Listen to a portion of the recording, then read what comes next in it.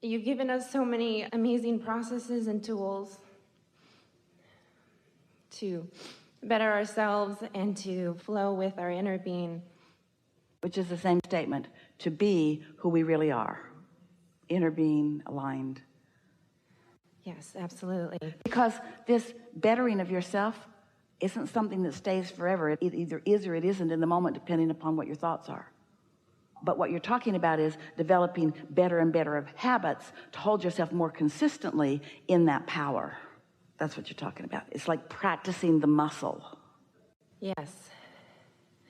So why don't I want to work out? And what I mean by that is I have so much resistance to use these tools and these processes, even though I have seen the wonderful things that it has brought to my life when I am consistent and I don't have that discipline. Let us make this simpler for you, because you're not alone in that, because it's a lot to digest. And what we're really asking you to do is to take everything that you've lived and now just do it a little differently. And that's a lot to ask of anybody, because you've got patterns and habits, and you've also got law of attraction compounding those patterns and habits. So give yourself a break. But there is something that you could consider, because we have found an easier way of talking about it. We talked about it already, which is, rather than working so hard to move up the emotional scale, just find yourself in satisfaction and identify it and isolate it and know what the feeling feels like, and then let that be your sort of standard of what you're reaching for. When you catch things in those early stages, then law of attraction does all the work. If you feel a little satisfaction, and just because you do, we'll demonstrate this with you here in a minute, then the law of attraction is responding to this resistance-free vibration. And when the law of attraction is responding to a resistance-free vibration, it gains momentum quickly, and then you feel the inspiration to move in the direction of it. Now we're going to give you a statement that, as you hear it and sort of let it settle in, this is the basis of where your new belief and understanding is going to come from. We're going to speak it clearly and probably loudly, if we know Esther, when she gets hold of one of these impulses from us. And we're going to repeat it until you all really hear it and understand it. Satisfaction, which is what your inner being feels all the time about you, where you're going, who you are. Satisfaction on steroids. Satisfaction comes from one place and one place only, and that is moving in the direction of who you really are. Moving in the direction of your desire. That's the only place it comes from.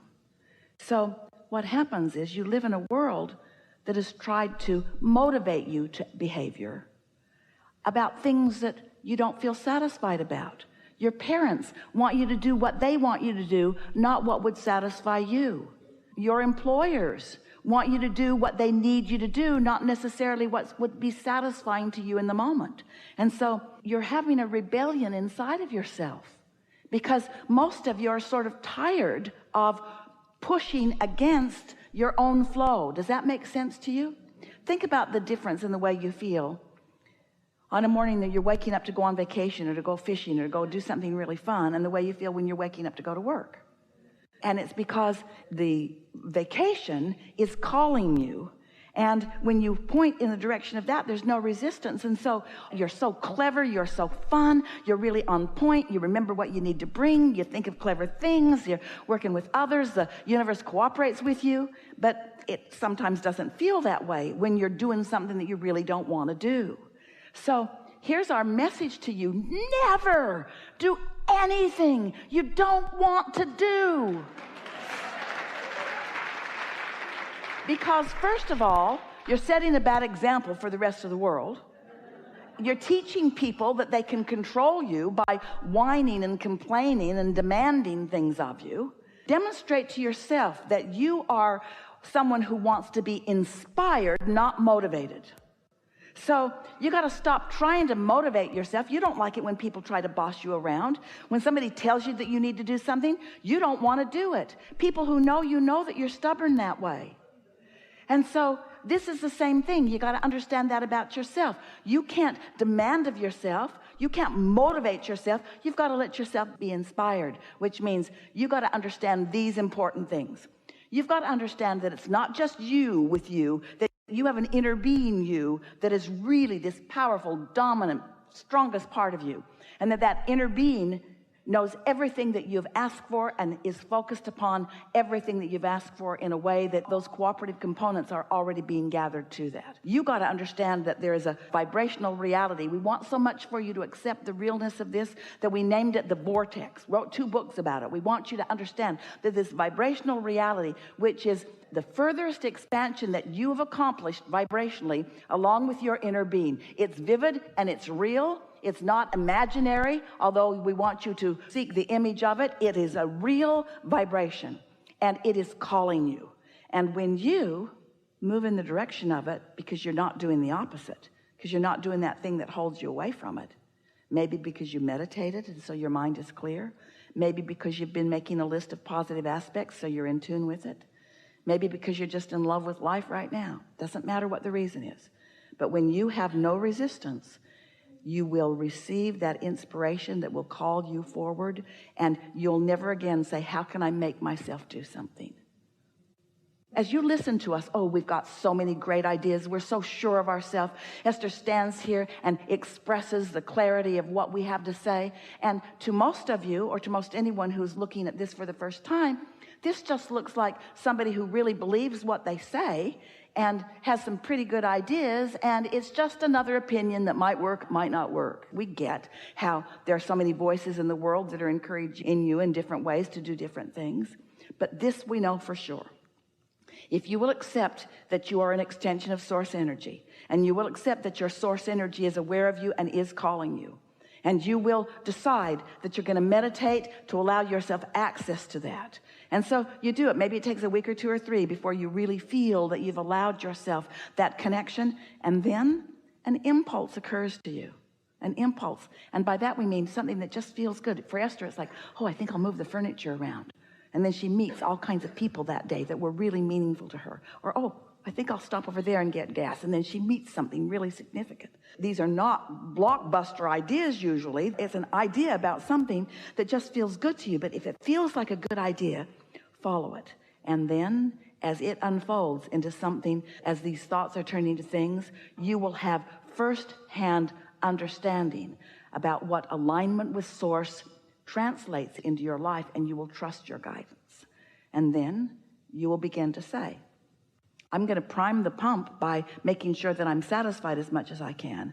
And then I'm going to let the law of attraction and my vortex call it. And here's why. Step 1 is you're in contrast, and life tells you what you don't want and what you do want. So you've launched all these rockets and you've got this magnificent request.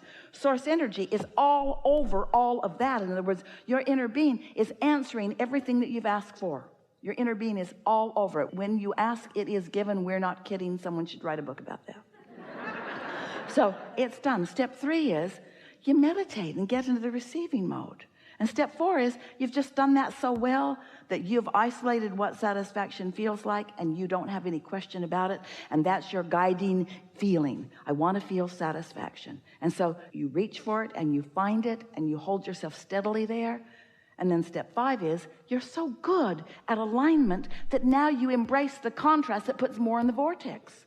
You don't feel bad about more contrast because you know it's necessary for the expansion. So you stop second guessing yourself and you move in the direction of what feels good. And you never again try to motivate yourself to do anything. Thank you. May I ask one more question? Did you get that one? Did it make sense to you? Yes. Really? It will. When I listen to Well, we this don't want to again. put you on the spot. We wanted to settle in with you a little bit, because what we just said to you is most people can't hear us until they've really done that. And once you've done that, Esther spent a week or 2 after we began talking about satisfaction in this way, asking herself, what is that feeling of satisfaction that Abraham's talking about?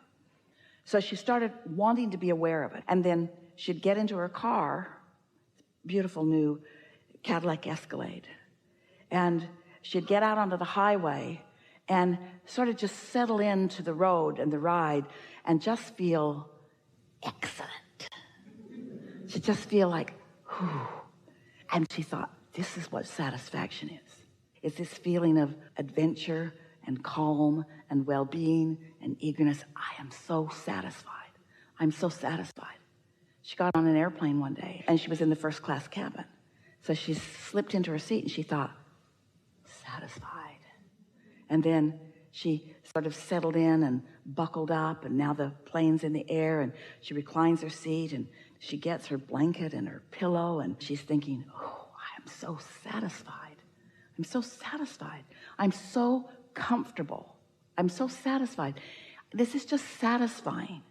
And then a flight attendant came to her just as she was putting her sunglasses on and getting ready to snuggle in for a long winter's nap. And he handed her a bottle of water, and he said, I heated this for you in the microwave. I thought it might make you more comfortable. And Esther thought, wow. Well, first she thought, do I look old and feeble? And then she thought, oh, no, this is because I'm so satisfied that the universe is looking for other cooperative components to help me feel even more satisfaction. She'd be in a restaurant, slip into the booth, friends across the table, she'd look at their faces, she'd feel such love for each one of them, and she would think to herself, this is so satisfying. So satisfying. The fragrance is in the air, and the leather that I'm sitting on, and the friends that I've gathered with, and the entire atmosphere of my life. It is so satisfying.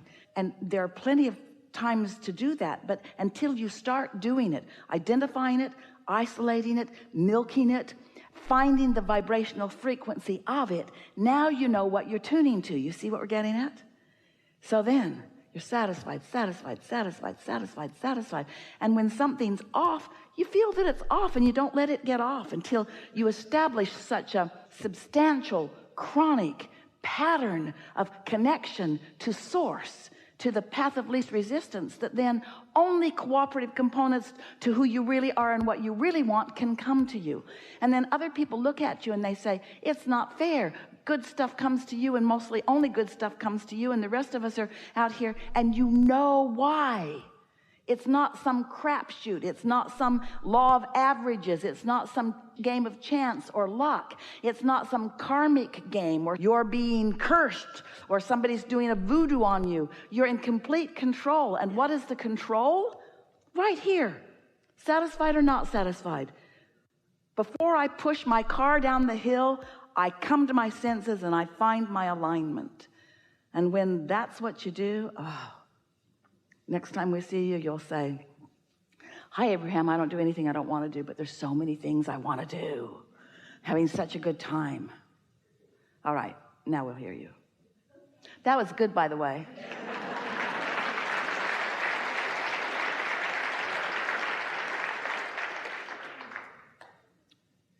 I am having such a great time. I swear I am. I want to elaborate on that with you and how that process works when you're co-creating with someone. I'm about to get married to the person that I feel like is the co-creator that I want for the rest of my life. We agree. Thank you. That's what that feeling of love is. That's you and your inner being in complete agreement on the subject at hand. Thank you. Yes, it's a great feeling. This is my third marriage. Yeah, that's good. Because that contrast built a vortex for you. Yes. And the cooperative components gathered, and you have the understanding of knowing. That's why you were thanking us. Your guidance system is letting you know that what you know is what you know. You got it right this time. You didn't get it wrong the other times, but the other times led to this.